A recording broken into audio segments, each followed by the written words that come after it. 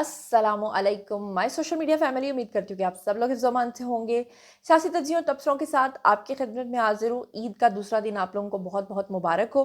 तो मैंने सोचा कि कुछ अपडेट्स हैं, कुछ ख़बरें हैं जो आप तक पहुँचा दूँ जनाब। बड़ी ज़रूरी ख़बरें थी, इसलिए मैंने सोचा कि इनकी अपडेट्स जो हैं वो आप तक पहुँचना बहुत ही ज़रूरी है।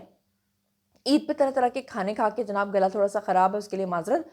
तो सबसे पहले जो ख़बर मैंने आपके साथ शेयर करनी है वो ज़रा अच्छी ख़बर नहीं आ रही है। सदर आसिफ़ अली ज़रदारी के हवाले से कुछ ख़राब ख़बरें आ रही हैं कि इस वक्त जो है वो उनकी तबीयत जो है वो शदीद नासाज है और इस वक्त वो कराची हॉस्पिटलाइज हो चुके हैं। पूरा मामला क्या है, वो ईद करने के लिए कहाँ पर गए हुए थे, कहाँ से उनको फौरी तौर पे जो है इस वक्त इब्तदाई तिब्बी इमदाद जो है वो दी जा रही है। और आसिफ अली जरदारी साहब जो हैं उनके बारे में आप लोग जानते हैं कि वो काफ़ी अरसे से अलील हैं। अभी कुछ ही दिन पहले जो ट्रोलर्स थे उन्होंने उनको काफ़ी ट्रोल भी किया था उनकी तकरीर के ऊपर। जब उन्होंने तकरीर की थी तो उनके अल्फाज जो हैं उनमें इतनी लग़ज़िश थी, इतनी लड़खड़ा रहे थे वो कि ना तो उनसे खड़ा हुआ जा रहा था, ना उनसे बात की जा रही थी। जिसके बाद पीपल्स पार्टी की तरफ से जो एक बयानिया आया था उसमें उन्होंने कहा था कि आसिफ अली जरदारी जो हैं उनका उर्दू पढ़ने का मसला नहीं था, बल्कि मसला तो ये था कि क्योंकि इससे पहले भी तो देखें ना, वो कितने साल और कई मर्तबा मतलब वो सदर बन चुके हैं, कितनी तकारीर कर चुके हैं। तो इस दफ़ा ऐसा क्या हो गया था कि उनसे एक तकरीर भी नहीं हो पा रही थी। उसकी वजह उन्होंने उनका उम्र का जो कहा था कि उम्र की वजह से ऐसा हो रहा है, और दूसरा उन्होंने कहा था कि ये भी वजह है कि वो अब ज़िंदगी के उस पड़ाव में हैं कि जहाँ पे अल्लाह ताला माफ़ करे कि बहुत ही उनकी ख़राब हालत है। अब मैं आपको ये याद दिलाना चाहती हूँ कि आपको याद होगा कि आसिफ अली ज़रदारी की जो बेटी हैं बख्तावर, जब उनकी शादी थी तो उस वक्त भी वो हॉस्पिटलाइज थे। आपको याद होगा काफ़ी दिन पहले ही वो हॉस्पिटलाइज हो गए थे। और आपको ये भी याद होगा कि जब बख्तावर की शादी थी तो डॉक्टर्स जो है वो शादी अटेंड करने से उनको मना करते थे, लेकिन उसके बावजूद भी आसिफ अली ज़रदारी जो हैं वो अपनी बेटी की शादी में शरीक होते रहे थे और काफ़ी अरसा वो अलील रहे थे। अब जो आसिफ अली ज़रदारी हैं उनके हवाले से जो ख़बरें आ रही हैं वो भी आपके साथ शेयर कर लेती हूँ जनाब। कि वो बेसिकली ईद करने के लिए नवाबशाह गए हुए थे और वहीं पर वो थे जहाँ पर अचानक उनकी तबीयत जो है वो बिगड़ गई और फिर उसके बाद फ़ौरी तौर पे उनको कराची जो है वो मुंतकिल करना पड़ा। और सिक्योरिटी हाई अलर्ट की हुई है इस वक्त। सदर आसिफ अली ज़रदारी की तबीयत जो है वो एक दिन पहले की ख़राब है। आप लोगों तक ये ख़बरें तकरीबन 24 घंटे के बाद पहुँच रही हैं। और उसके बाद जब उनकी तबीयत जो है वो ज़्यादा ख़राब हो गई तो फिर उनको कराची फ़ौरी तौर पे इब्तदाई तिब्बी इमदाद के लिए जो है वो लेकर जाया गया। और क्लिफ्टन का इलाका है जहाँ पर आपको पता है बिलावल हाउस है, वहाँ पर वाक़ई निजी अस्पताल है। वहाँ पर फ़ौरी तौर पे आसिफ अली ज़रदारी जो हैं उनको मुंतकिल कर दिया गया और फिर उनका तिब्बी मुआयना जो है वो शुरू कर दिया गया।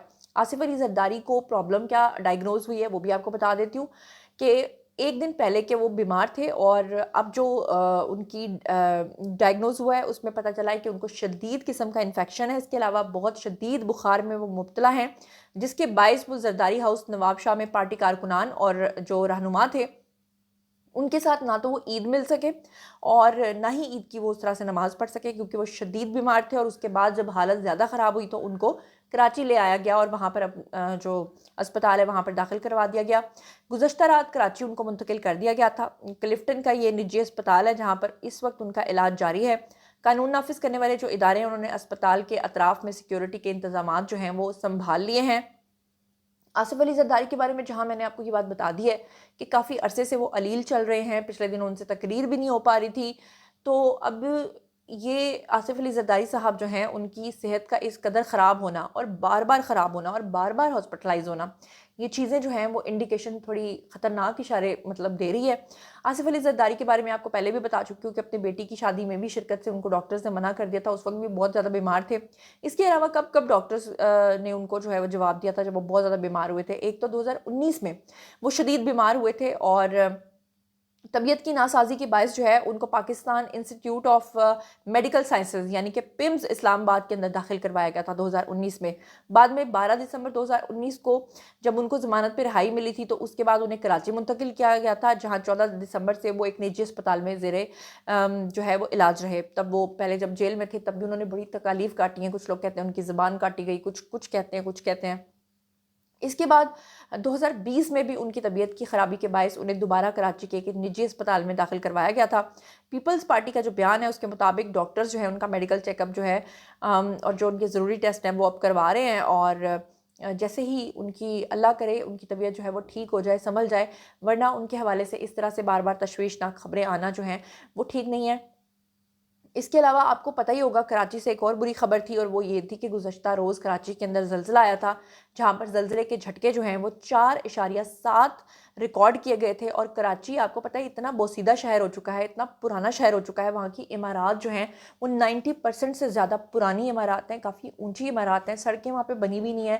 خدا نخواستہ کراچی جو ہے نا وہ زلزلے کا وہ کہتے ہیں نا وزن نہیں اٹھا سکتا، کیونکہ اگر ذرا سا زلزلہ آیا تو سوچے کراچی میں سمندر ہے، سمندر کا پانی پورے کراچی کو اللہ رحم کرے، میں ایسے الفاظ بھی بولوں، اور اوپر سے کراچی کی جو عمارات ہیں وہ اس قدر بوسیدہ ہیں کہ جس عمارت کو وہاں پہ کہا جاتا ہے نا کہ یہ عمارت اتنی پرانی ہو چکی ہے کہ کسی بھی وقت گر جائے گی، یہاں پہ لوگ گھر خالی کر دیں، لوگ اس گھر کو بھی خالی نہیں کرتے، لوگ کہتے ہیں مر جائیں گے لیکن خالی نہیں کریں گے۔ یہ حالتیں ہیں کراچی کے اندر، گیلریز کے اندر جو ہے وہ لوگ اپنے کپڑے سکھا رہے ہوتے ہیں، برا حال ان کا ہوتا ہے، مطلب اس قدر وہاں پہ لیونگ سٹینڈرڈ جو ہے وہ خراب ہے۔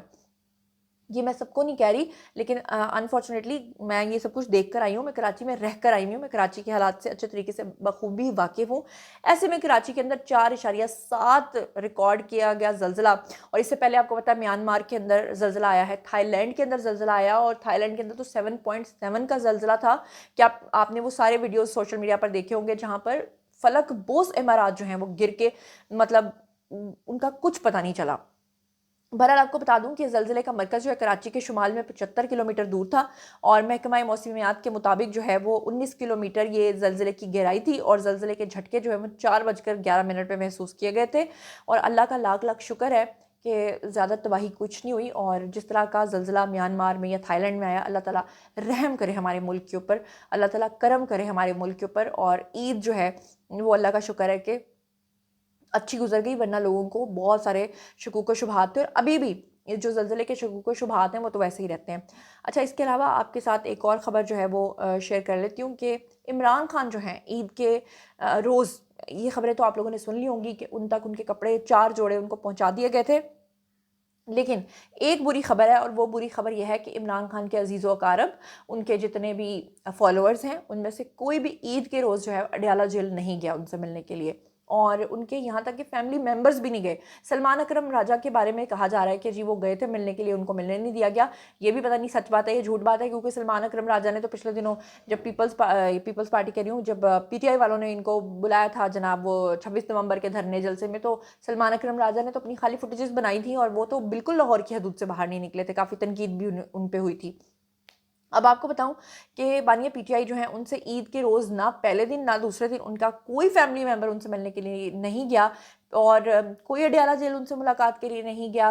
عمران خان جو ہے عید پہ ملاقات کی کوئی درخواست نہیں ان سے کی گئی۔ بشریٰ بی بی اور عمران خان کی فیملی نے عید کے دوسرے دن ملاقات کی درخواست جو ہے وہ اب آ کے سنا ہے کہ دی ہے، لیکن ایسی کوئی اطلاعات ابھی تک نہیں آ رہی۔ اس کے علاوہ عمران خان اڈیالہ جیل میں جو ہے وہ عید کی نماز بھی نہیں پڑھ سکے سیکیورٹی وجوہات کی بنیاد پہ۔ میں نے ایک اور خبر کل سنی لاہور کے اندر کہ لاہور کے جتنے بھی پارکس تھے ان کو بند رکھا گیا عید کے روز۔ حالانکہ یہ بڑی سٹرینج بات ہے کہ عیدوں پہ تو لوگ جو ہیں وہ پارکس میں جاتے ہیں، لیکن مجھے یہ پتہ چلا تھا کہ سیکیورٹی ایشوز کی وجہ سے، سیکیورٹی کی وجوہات کی وجہ سے جو ہے یہ سب فیصلے جو ہیں وہ لینے پڑے ہیں۔ اوبویسلی کوئی نہ کوئی ایسی چیز ہوگی۔ اچھا، اس کے علاوہ ایک اور بھی خبر ہے، اور وہ خبر یہ ہے کہ آپ کو پتہ ہے کہ افغانی جو ہیں ان کا انخلاء کرنے کے لیے جو ہے ان کو ڈیڈ لائن جو ہے وہ دے دی گئی تھی، اور اس ڈیڈ لائن کو بھی کراس کیے ہوئے افغانیوں کو کافی دن گزر گئے تھے۔ اب فائنلی افغانستان کا انخلاء جو ہے وہ پاکستان سے جتنے بھی افغانی ہیں ان کا ہونا شروع ہو چکا ہے۔ افغان مہاجرین کی رضاکارانہ واپسی کی ڈیڈ لائن بھی ختم ہو چکی ہے، اور آج عید کے دوسرے اور تیسرے دن سے جو ہے ان کو بھیجنے کا سلسلہ جو ہے وہ جاری ہے، اور 1 اپریل سے افغان مہاجرین کو واپس بھیجنے کا سلسلہ جو ہے وہ شروع کیا جا چکا ہے۔ اور محکمہ داخلہ خیبر پختونخوا جو ہے ان کا کہنا ہے کہ 2013 سے اب تک 65 لاکھ مہاجرین کو تورخم بارڈر کے ذریعے جو ہے وہ افغانستان واپس بھیجا جا چکا ہے۔ باقی اگر کوئی نہیں جائیں گے تو ان کے خلاف جو ہے وہ ایکشن بھی لیا جا سکتا ہے۔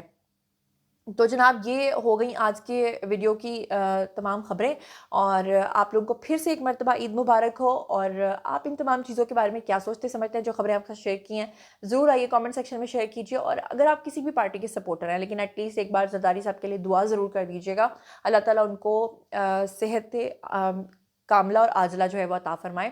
اور اسی کے ساتھ مجھے دیجیے اجازت، اپنا بہت بہت خیال رکھیے گا، اللہ نگہبان۔